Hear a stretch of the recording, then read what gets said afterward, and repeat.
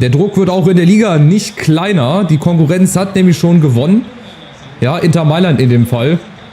Es sind nur noch ein Punkt jetzt, stand jetzt hinter uns. Wir müssen also gewinnen. Die anderen spielen auch alle noch. Marseille haben wir 4-2 im Hinspiel geschlagen. Ja, Achtelfinale in der Champions League. Und wir biegen wirklich so ganz langsam schon auf die Zielgerade ein. Es sind nur noch 12 Ligaspiele nach diesem jetzt hier.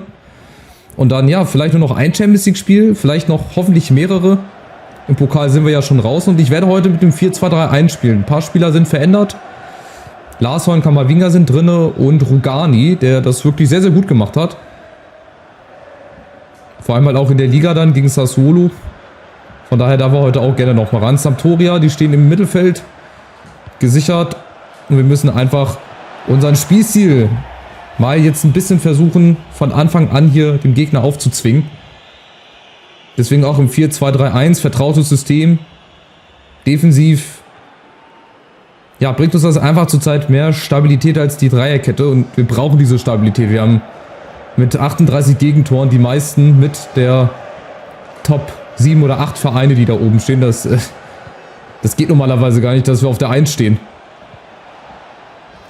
Aber wir haben halt eine Konkurrenz, die das halt auch nicht viel besser macht. Ne? Die spielen 10-mal Remis oder so oder die verlieren auch unnötig Spiele. Und daher können wir da wirklich von Glück reden, sonst wären wir wahrscheinlich auch nur Dritter oder Vierter gefühlt.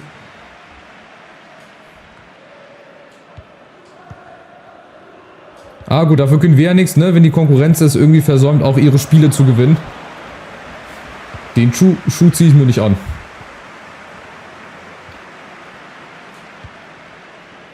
So, aber den Schuh, dass wir hier nicht dominant spielen, den ziehe ich mir auf jeden Fall an und ich versuche hier alles Mögliche. Davis, vorne haben wir heute leider keinen Kopfballstarken drin. Was heißt nicht Kopfballstark? Kulusewski kann das. Auch Chiesa ist dafür bekannt mittlerweile, dass er das drauf hat. Und dann haben wir natürlich noch solche Leute hier, die das auch mit der feinen Klinge können. Pogba an den Pfosten. Schade, schön freigespielt. Ja, über ein paar Stationen mal ruhig geblieben und dann den Abschluss gesucht. So kann es laufen. Alaba. Kamavinga, diesmal Pogba mit dem Außenriss. Ja, schade, aber genau so. So und nur viel häufiger. Wir können es ja, wir haben ja die Spieler dafür. Und das Spielglück momentan so ein bisschen auf unserer Seite. Die Bälle springen zu uns. Davis, schön, da klappen wir mal so Hackenzuspiele. Davis, Flanke kommt rein, aber da ist keiner. Und ich bezweifle auch, dass das mit Larsson heute... Aber Lukaku war halt nicht fit. Das hätte ich Lukaku nur in der Halbzeit spielen lassen. Dann bringe ich den lieber in der zweiten Halbzeit rein. Chiesa abgefälscht. Der kommt an. Und es gibt den Elfmeter. Aus dem Nichts gibt es Elfmeter für uns. Nach Foul von Capitano.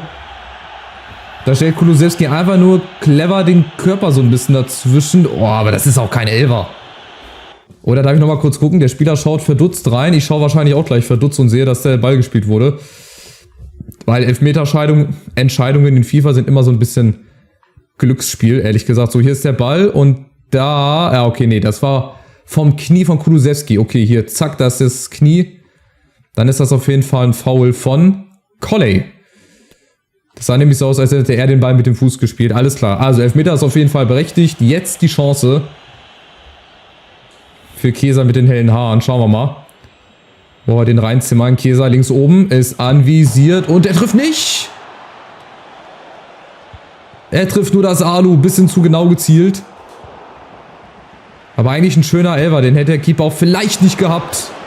Und Pogba nochmal mit der Chance. Ja, das sind halt auch vergebene Großchancen. Aber gut, Elfmeter verschießen kann passieren. Ob der Keeper den gehabt hätte, ist da eine andere Frage. Er war nämlich aber schon in dem Eck. Von daher hätte das auf jeden Fall sein können, dass Audero, so heißt er nämlich, den Ball vielleicht doch gehabt hätte. Tja, ärgerlich. Aber gut, weiter geht's. Jetzt müssen wir erstmal hier defensiv gucken. Luka, Alaba kommt da nicht hinterher. Ndika muss sich entscheiden. Entscheidet sich leider falsch. Castells. Und Musa hat die große Chance. Und so kann es dann halt auch gehen, ne? Dann kommt der Gegner, wird jetzt stärker. Versucht ein bisschen aufzumucken, aber vergisst vielleicht auch das Verteidigen. Kulusewski, ja, starker Ball, aber gegen Attal. Ist auch ein guter Rechtsverteidiger, auch sehr schnell. Kann man auf jeden Fall auch mal machen mit dem. So, jetzt Achtung. Sampdoria kommt und Gott sei Dank zu ungenau.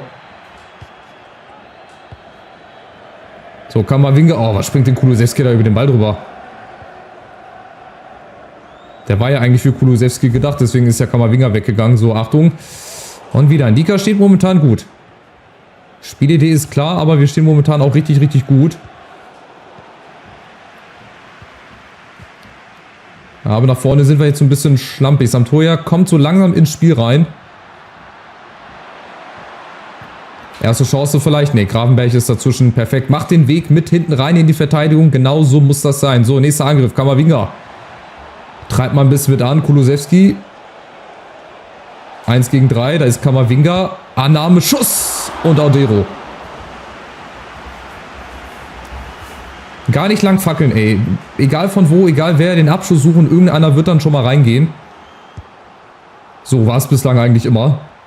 Muss aber auch nicht immer gut gehen. So, Kulusewski. Ja, vielleicht noch ein Elfer. Er setzt nach. Sehr schön gemacht. Und Pogba. Und wieder Alu. Diesmal war der Keeper noch dran. So, Chiesa jetzt mit dem Außenriss. Der hat viel Zeit, aber so nicht. Und schon gar nicht mit dem rechten Außenriss. Hä? Das war eine ganz komische Flugkurve. Aber warum nicht? Wäre auch ein schönes Ding gewesen. Chancen über Chancen. Und defensiv stehen wir eigentlich echt stabiler als die letzten Spiele. Ja, mit der Viererkette weiß man natürlich nicht, wie es mit der Dreierkette von Anfang an geklappt hätte. Aber gut, hätte Fahrradkette.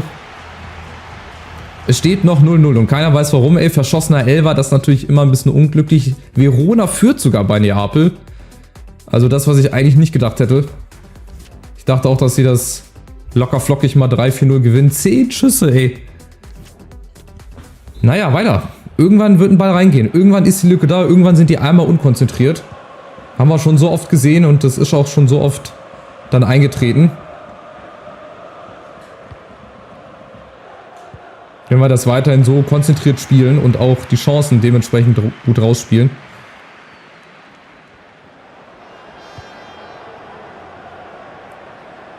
So, alle mit nach hinten. Verteidigung muss stehen. Pogba. Oh, da ist die Lücke zu groß, aber abseits.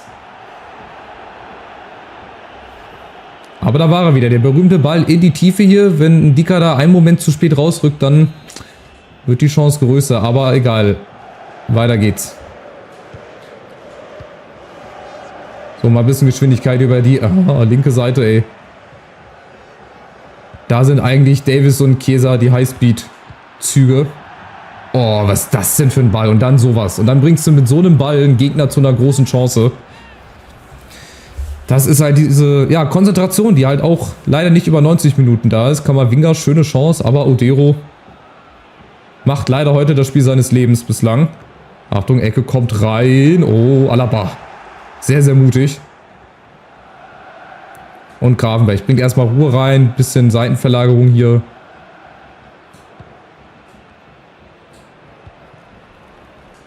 So, und dann die Auftaktbewegung. Larsson, schöner Ball. Könnte. Ja, ist es auch. Ja, geht's wieder auch nur um Zentimeter hier. Das war eigentlich gut gespielt. Gut überbrückt und dann ist es. Ja, okay, das ist abseits. Das sehe ich sogar ein. Das sehe ich sogar diesmal ein, dass es wirklich abseits war. Und wieder nächster Angriff, Camavinga. Guter Ball in die Tiefe. Kulusewski, ja, und Camavinga. War eigentlich schon drauf, aber dann ist der Ball weg. Achtung, Rugani, der fehlt jetzt hinten, aber Ndika und oder Alaba machen das. Das ist jetzt auch wieder eine ganz entscheidende Phase. Ey. Wir sind eigentlich besser. Streicht das eigentlich. Wir sind besser, aber wir führen nicht. Wir führen leider nicht. So, Davis jetzt vielleicht. Larsson ist in der Mitte. Nee. Aber Davis sitzt nach. Sehr gut gemacht. Chiesa, Camavinga. Und da ist Gravenberch. Auch mit dem Außenriss. Und wieder Odero. Tja, scheint so ein Spiel zu sein, wo wir noch 10 Stunden spielen können und der Keeper trotzdem jeden Ball hält. Das hast du dann halt auch 1-2 Mal pro Saison mit dabei. Rugani, ja, nee, ungefährlich. Ja, apropos, können wir nochmal wechseln? Talisca ist doch so ein Kandidat. Den können wir nochmal für die hängende Spitze hier reintun. Ja, gar nicht so verkehrt. Tja, Kostic als Flankengeber brauchst du aber eigentlich Lukaku zu. Machen wir das mal so. Und Zakaria mal für Pogba. Zakaria finde ich ein bisschen beweglicher auch als Pogba. Der hat natürlich auch seine Stärken. Der kann zum Beispiel richtig gut zirkeln und gute Freischüsse schießen. Und Zakaria ist halt einer, der läuft auch viel. Der hat ja so lange Gräten, ey. In echt sieht das immer komisch aus. Und Lukaku kann halt vorne nochmal gegen 6 Mann irgendwas machen. Irgendwie sich durchsetzen. Seine Wuchtbrumme dazwischen stellen. Und dann das entscheidende 1-0 vielleicht irgendwie herbeiführen. Vielleicht nach Flanke von Philipp Kostic, wenn er den kriegt. Ja, und jetzt geht er ab. Der Express. Den hält man normalerweise nicht auf. Jetzt Lukaku in der Mitte. Oh, den kriegt er noch vor dem Aus. Und Talisca, Spitzenwinkel. Ja, schade. Es hätte auch so eine Art Maikon-Tor werden können. Damals WM 2010, Brasilien gegen Nordkorea.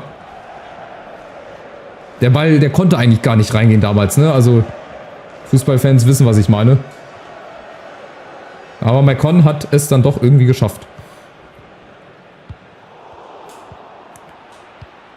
Tja, aber anders als Maikon damals haben wir noch nicht getroffen. Wir haben viel mehr Ballbesitz, 76% schon wieder. Wir haben so viele Chancen, aber wir machen einfach keine Tore. Jetzt vielleicht, da ist Kulusewski, aber nicht mit dem Kopf. Ja, und Sampdoria verteidigt nur. Das sieht echt nicht gut aus, was sie machen, aber es ist halt 0-0. Und das nehmen die, glaube ich, mit Kusshand eher noch als wir. Oh, aber so komplizierte Bälle auch. Obwohl Davis jetzt nachsetzt. Sehr, sehr gut gemacht. Talisca, ja. Sieht schön aus, aber bringt nichts.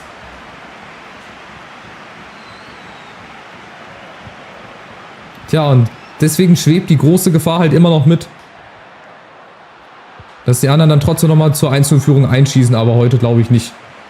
Wir stehen heute wirklich richtig, richtig gut hin. Das ist mal eines der wirklich wenigen Spiele, wo wir defensiv wenig bis gar nichts zulassen und wo wir halt vorne leider unsere Chancen nicht machen. Kulusewski, nee. Freischuss können wir leider auch nicht rausholen. Über 140 Pässe gespielt. Auch sehr präzise, aber leider kein Tor. Und das, wo die Konkurrenz sich jetzt gegenseitig die Punkte nimmt. Neapel vielleicht nicht gewinnt gegen Verona. Also das ist wieder das berühmte Silbertablett, was wir heute serviert bekommen. Und wir halt wieder nicht zuschlagen.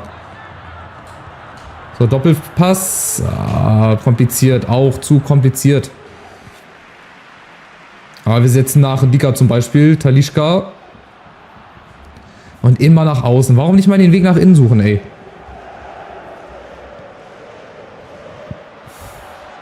Baena gegen Davis. Da kommt er aber nicht vorbei. Bislang. Achtung, Ball in die Tiefe, Rugani. Also sehr, sehr gut. Egal, was Sampdoria macht, es geht wirklich nur in eine Richtung. Und jetzt der Ball in die Tiefe. Im richtigen Moment. Lukaku jetzt mit der Chance. Jetzt muss er lupfen. Hat er... Ja! Hat er die Qualität natürlich. Und auch das Gefühl im Fuß. Und endlich ist es da. Die Mauer ist durchbrochen. Und der 4-Punkte-Vorsprung auf Inter ist wieder da. Bikrom, ich sage ja, ey, der Mann für die entscheidenden Momente. Hier eigentlich schon wieder zu weit vorgelegt und dann zack, kriegt er diesmal genau rum. Genau mit richtigem Feeling über den Keeper drüber. Und da weiß er schon, da geht er schon zum Jubel. Da weiß er schon. 87. Minute. Ich sage ja, irgendwann in so einem Spiel ergibt sich vielleicht dann nochmal die eine Chance und genau das war der Ball von Talisca in die Tiefe.